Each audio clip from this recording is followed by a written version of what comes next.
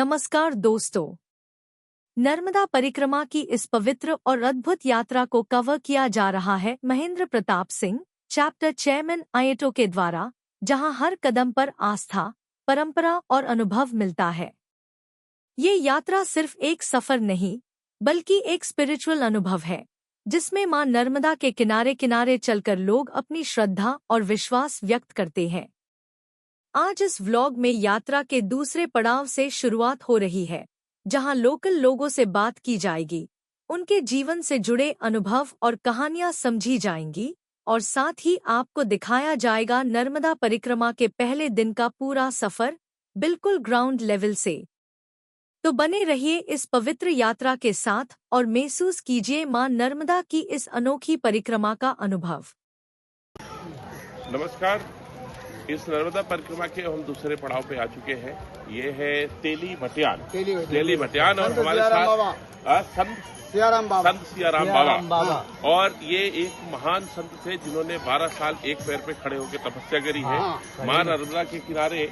और हमारे यहाँ के साथी खड़े हुए हैं कड़वा जी, और ये यहाँ की कहानी बताते हैं। मुझे लगता है कि यहाँ के लोकल है, यहाँ की कहानी इनकी जुबानी भी होनी चाहिए। कड़वा जी बताइए, क्या बाबा का वो रहा है? बाबा का चमत्कार तो बहुत बड़ा भारी था। वो पहले वो बिगर माचिस से दिए जलाते थे, यहाँ खड़ा होके हनुमान पास। और ये अभी जाने के बाद उनके स्वर्ग वास चले गए, ये समाधि बनी हुई थी। और जितने भी लोग आते हैं उसके कावा फिरते हैं।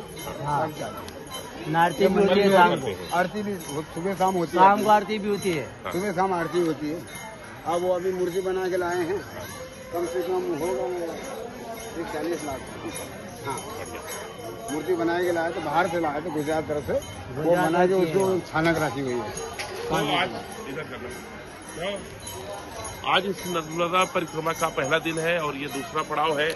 और जैसा मैं आपको बताना चाहता हूँ कि कितना पवित्र स्थान है और यहाँ की जो एनर्जी है, यहाँ की जो मिट्टी की खुशबू है, वो एक अलग प्रकृति के पास जोड़ती है।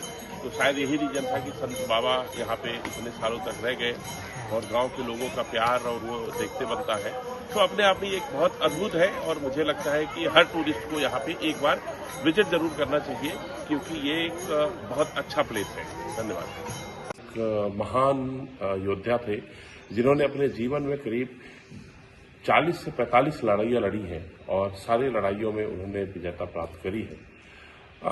बाजीराव पेशवा का जन्म नासिक के में हुआ था और 28 अप्रैल 1740 में बाजीराव पेशवा की यहाँ पे समाधि ली थी और उनका देहावसान हो गया था।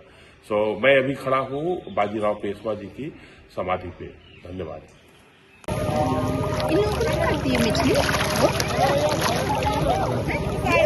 क्या पता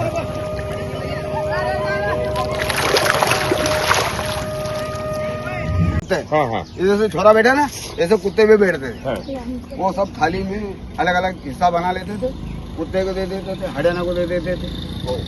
जो वो दो चार निवाले खाते थे, वो कहीं इतना थोड़ी कि मतलब पेट भर के खाते थे, ऐसी बाड़ी बना ली उसने। हमारे जैसा। वो तो ऐसा हो गया।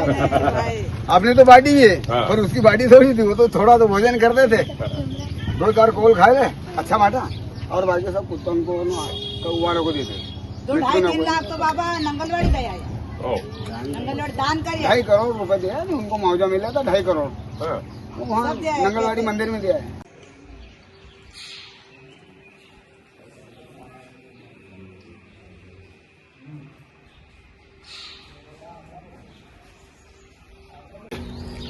तो आप एक बताओ, इतने फेमस बाबू जी से तो यहाँ पे कोई सरकार ने कोई रोड रास्ता रोड बनाया हुआ है उधर से, बाहर से रोड बना हुआ है। तो अब अगर हम लोग जैसे इधर से जाएंगे, हाँ, तो हम आश्रम है पास में आ गया आश्रम पे, तो वहाँ से मेन रोड पे जाने का मेन रोड पे निकल जाएंगे। कैसे जाएंगे? ये गाड़ी निकल जाएगी, वहाँ से चढ़ाई चढ़ा आना पड़ेगा। अच्छा, निकल जाती है? हाँ, निकल जाते हैं।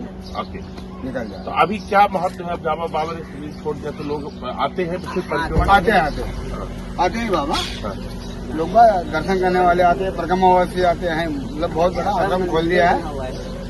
तो आप लोगों को कभी पहले खूब आते थे, अब लोग बहुत कम हो गए, मतलब उनको जाने से बहुत कम हो गया। अच्छा, हाँ, पहले बहुत लोग आते थे। दर्शन के लिए, और मात्र 10 रुपए लेते हैं।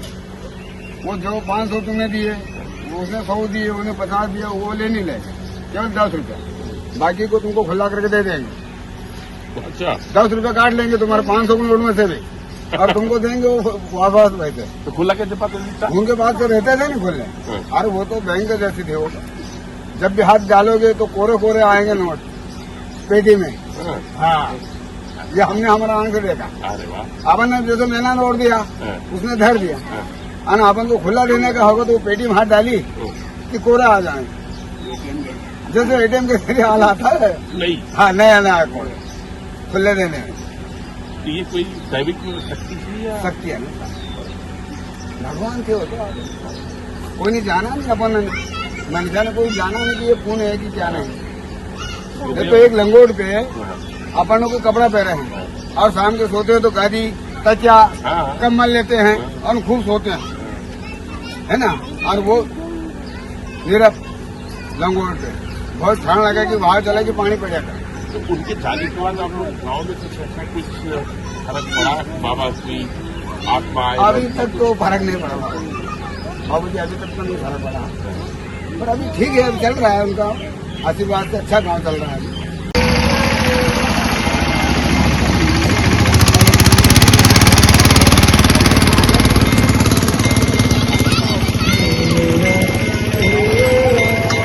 नमस्कार। हम अपने नर्मदा परिक्रमा शुरू की आज सवेरे ओमकारेश्वर से जल उठाया और हमने नर्मदा परिक्रमा चालू की। तो हम अपने पहले पड़ाव पे आ पहुंचे हैं, जो आप देख सकते हैं कितना सुंदर दृश्य है। मां नर्मदा के किनारे हम उस जगह पे आए हैं जो अपने आप में बहुत अद्भुत है। ये बाजीराव पेशवा जी की समाधि है। बाजीराव पेशवा एक महान सैनिक थे जिनका जन्म 18 अगस्त 1700 में हुआ था। बाजीराव पेशवा का कार्यकाल बहुत अच्छा रहा है। ये चौथे नंबर के पेशवा थे और इन्होंने अपने जीवन में करीब 40 से 45 लड़ाइयां लड़ी हैं, लेकिन बाजीराव पेशवा जी ने हमेशा अपने सारे युद्ध में जीत हासिल करी है।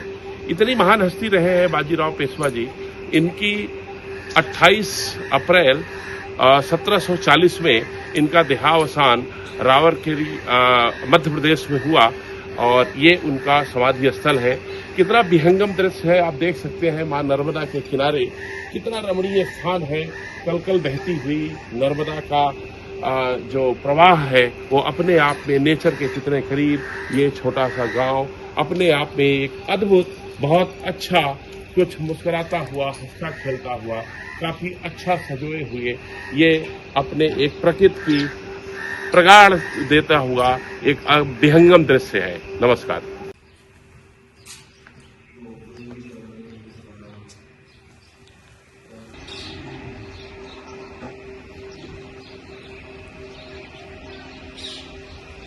बाबा की क्या खासियत थी यहाँ पे? मतलब वो तो बचपन के आए थे यहाँ। हाँ। बचपन के आए तो 12-13 साल के थे वो। यहाँ आ गए थे। अच्छा, यहाँ आए थे, यहाँ पैदा नहीं हुए थे? नहीं, पैदा नहीं हुए थे, पैदा तो गुजरात में हुए थे। अच्छा, गुजरात में। हाँ, पर वो बच्चा थे इससे बड़ा, इससे थोड़ा बड़ा था। वो आ गया तो परगमा में, तो उनको यहाँ कोई साधन अच्छा गाँव दिखा तो उसने मुकाम दे दिया। अच्छा, छोटा सा बालक था। कोई झाड़ है अभी वहाँ पर, ओड़ का झाड़ है, पीपल का झाड़ है, क्या करते थे? बस वहीं बैठते थे वो। हाँ। वहीं बैठ के पूजा पाठ करते थे। अच्छा, लंगोट पे रहे पूरे जीवन? पूरा जीवन। कपड़े वपड़े नहीं, लंगोट।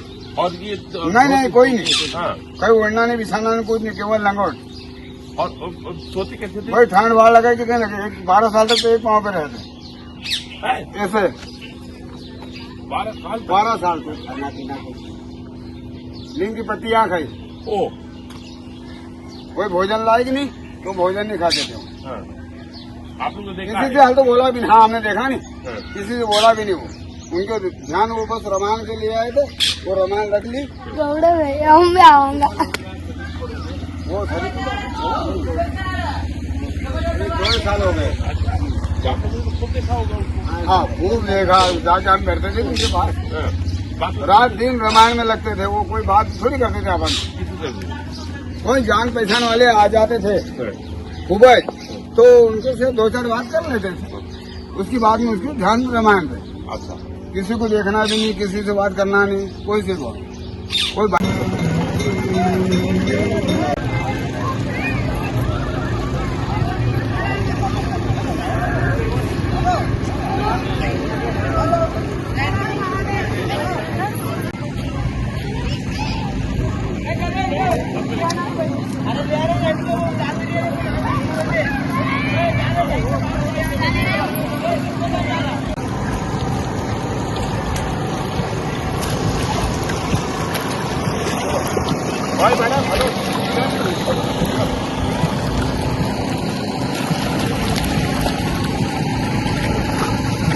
ओंकारेश्वर जो मां नर्मदा के किनारे बाबा ज्योतिर्लिंग है, यहाँ पे इस जगह से पूजा करके यहाँ से जल उठाया जाता है और जल लेकर के पूरा नर्मदा परिक्रमा करके पूरी यात्रा खत्म करके आखिरी में आके बाबा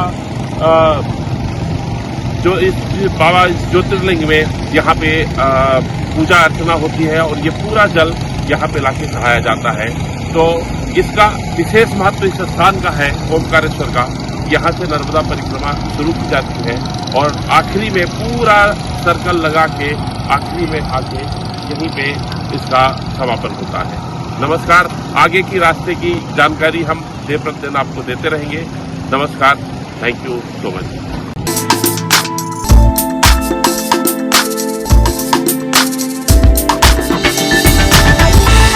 You are watching Travel World Online.